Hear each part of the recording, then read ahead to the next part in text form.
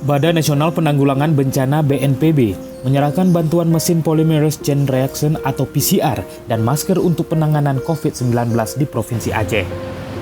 Bantuan yang diserahkan langsung Kepala BNPB Letjen TNI Ganip Warsito dan diterima Sekretaris Daerah Aceh Taqwallah di Kantor Gubernur Aceh pada Sabtu 28 Juli 2021.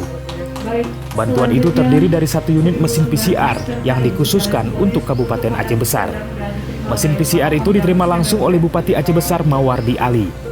Selanjutnya 5.000 lembar masker medis dan 5.000 masker kain untuk masyarakat Aceh diterima Sekda Taqwallah.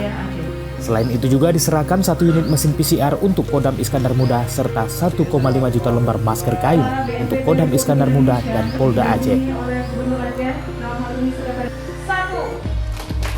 Bantuan itu langsung disalurkan ke 23 kabupaten kota di mana prosesi pelepasannya dilakukan di lokasi tersebut.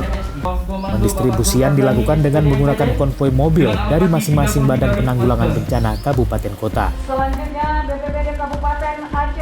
Sementara itu, Letjen TNI Ganip Warsito dalam sambutannya menyebutkan, Aceh merupakan daerah dengan kasus aktif COVID-19 yang tinggi.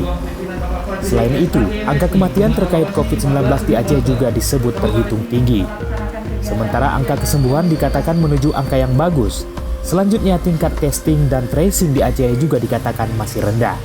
Begitu juga dengan tingkat kedisiplinan penggunaan masker yang masih butuh terus ditingkatkan. Untuk mengingatkan masyarakat, mengedukasi, mensosialisasi, dan memitigasi agar masyarakat tidak terpapar oleh COVID dengan disiplin menggunakan masker. Maka kita luncurkan nanti gerakan mobil masker untuk masyarakat seprovinsi Aceh. Data Satgas Penanganan COVID-19 Provinsi Aceh mencatat per 27 Agustus 2021 pukul 18 waktu Indonesia Barat, kenaikan angka konfirmasi harian berjumlah 388 kasus, sembuh 112 dan meninggal dunia 16. Sedangkan total kasus konfirmasi positif berjumlah 31.777, sembuh 23.606 dan meninggal 1.385. Dari Banda Aceh, Tim Liputan Aceh Video.